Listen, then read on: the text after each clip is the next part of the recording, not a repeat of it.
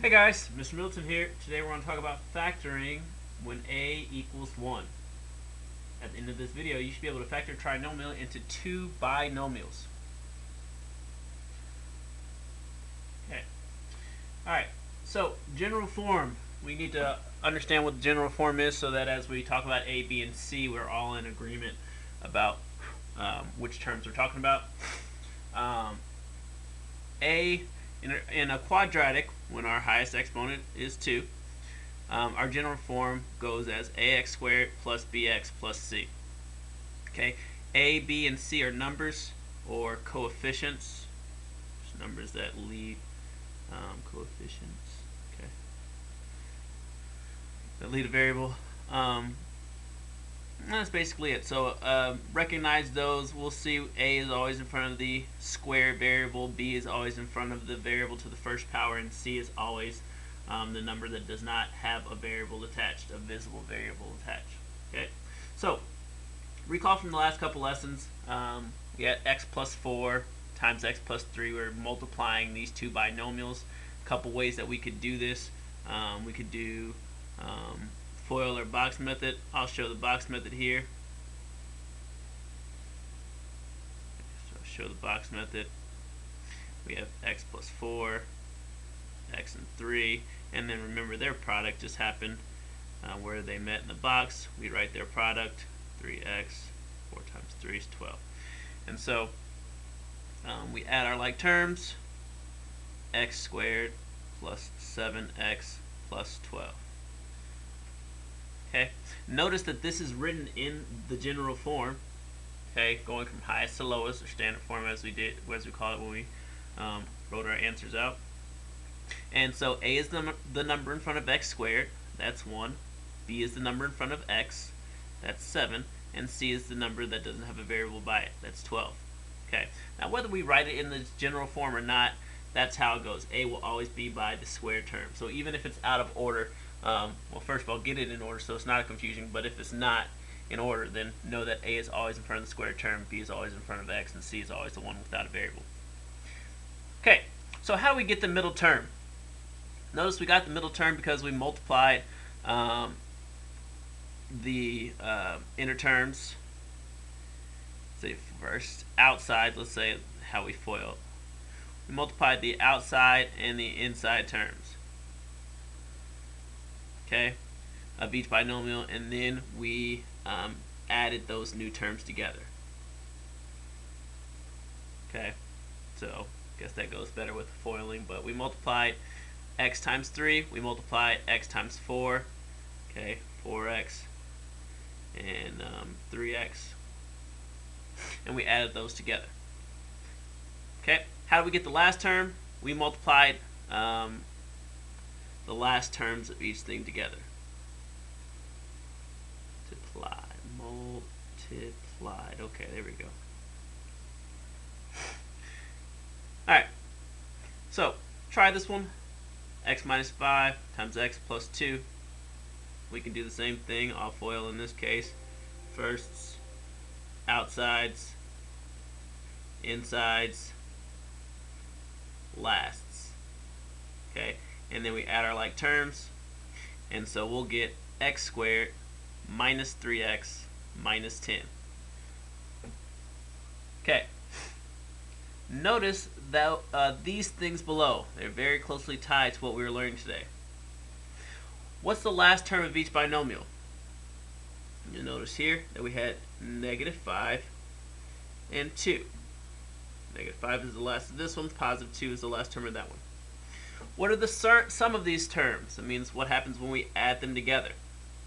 Well, when we add negative 5 and 2, we get negative 3. Where do we see that sum? Where do we see negative 3 in our answer? Notice that that's b in our standard form. ax squared plus bx plus c. Okay, so notice that b is negative 3. What is the product of these terms? So remember, product means multiplication. Negative 5 times 2 gave us negative 10. Where do we see that in our product? Well, that's our C term. Does this always work? Well, let's check. Let's look at these two terms, -1 and -8. What's their sum? The sum of -1 and -8 is -9. What's their product? The product of -1 and -8 is 8. Okay, so we've done that first. If this relationship happens consistently, we should see this as our B term, and we should see this as our C term. So let's see if that works out. So whether you FOIL or you do box method, okay, it doesn't really matter how you do it. X squared minus 8x minus 1x plus 8. Add our like terms together. -8 minus 1 is -9. So we have x squared minus 9x plus 8. The two terms, we said that 8 should be our C term. We said that -9 should be our B term, and it worked out that way. So did it work? Yes. Now you might be saying at this point, I thought we were factoring. We've already multiplied. This isn't new information. True. So now we're going to be doing what we did in the last couple lessons, but in reverse. Okay, when we do it in reverse, that's called factoring. Okay, and this will help us to solve some equations down the road that we wouldn't be able to solve without factoring quadratics. Okay, so here we go. First problem, it says factor x squared plus 7x plus 12. Now, what we're going to do is we want to find the two binomials that when multiplied together give me the trinomial above.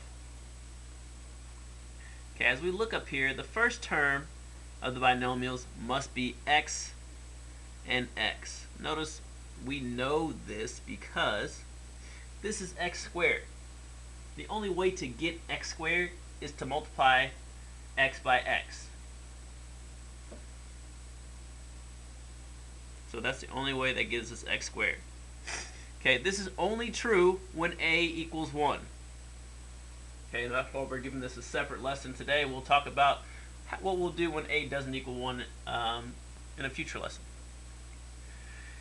It says now we just need to find the terms of each binomial. So the last terms of each binomial.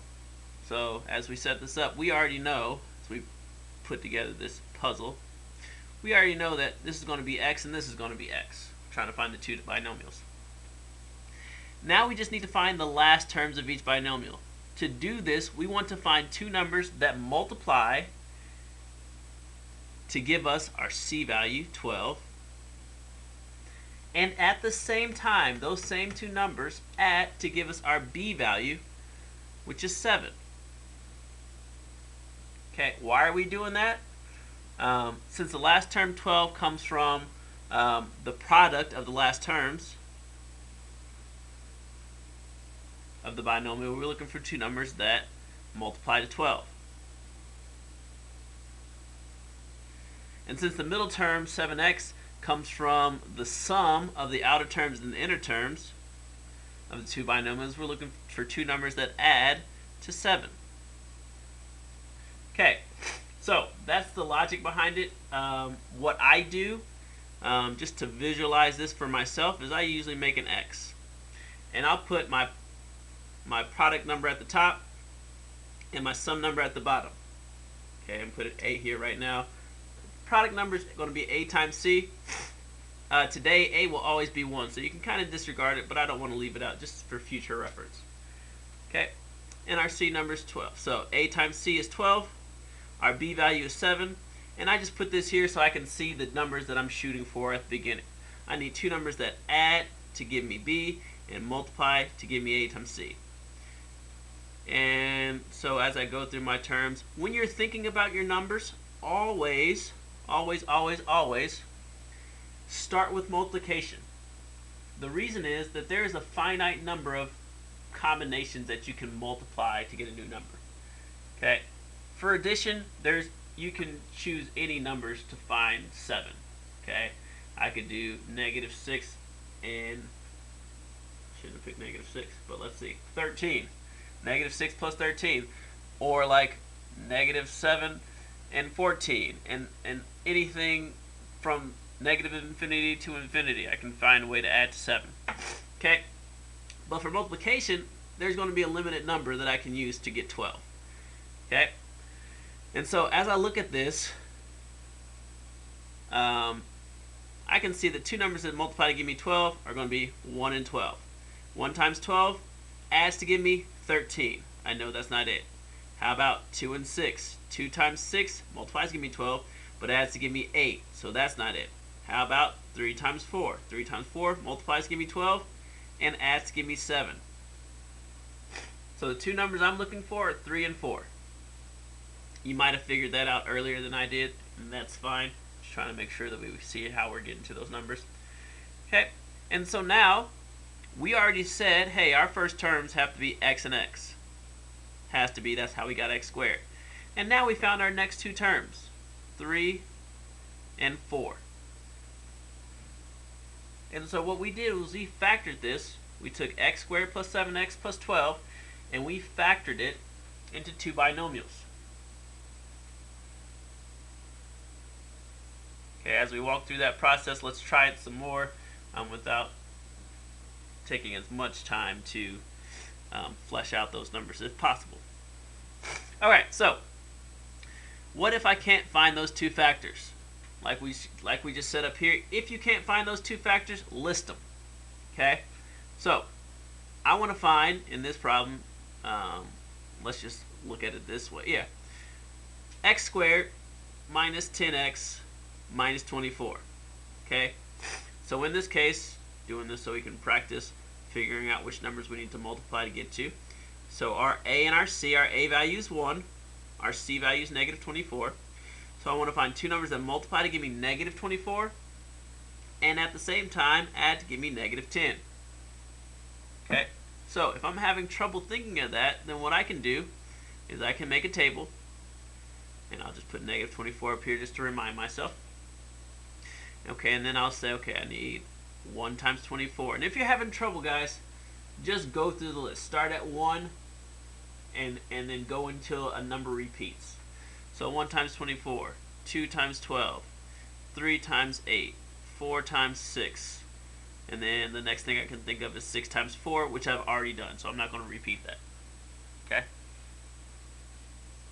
And now I can go through and say, okay, this multiplies to give me a negative number. How can we multiply to get a negative number? Well, that means that one sign is going to be positive and one sign is going to be negative. This adds to give me a negative number.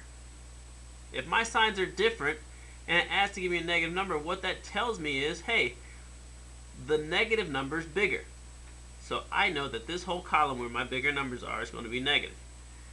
And so now I can go through and add these together and see what my sums are. 4 minus 6, -2. 3 minus 8, -5. 2 minus 12, -10.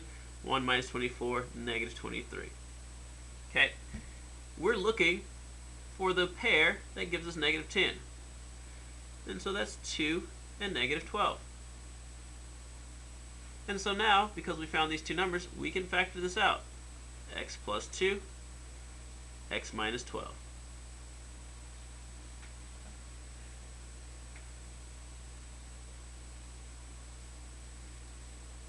Alright, let's try this for a few more down here. I'm going to leave this first one for you to do so that I know that you've tried it on your own. Let's do number 2. Number 2, we're looking for two numbers that multiply to give us 1 times -21 and add to give us 4. Okay? Take a second, think about those two numbers. I see that my multiplication number is negative, so my signs will be different. Okay? My bigger number is going to be positive. helps me reason through that, hey, those two numbers are 7 and negative 3. 7 times negative 3 is negative 21. 7 plus negative 3 is 4. And so I can factor this as x squared plus 7. Oh, sorry, not x squared. X plus 7 and x minus 3. Number 3, going through that same process. Got negative 24 and negative 5. Okay? Just did that whole table up there, so it's fresh in my mind that I have 3 and negative 8. X plus 3, x minus 8.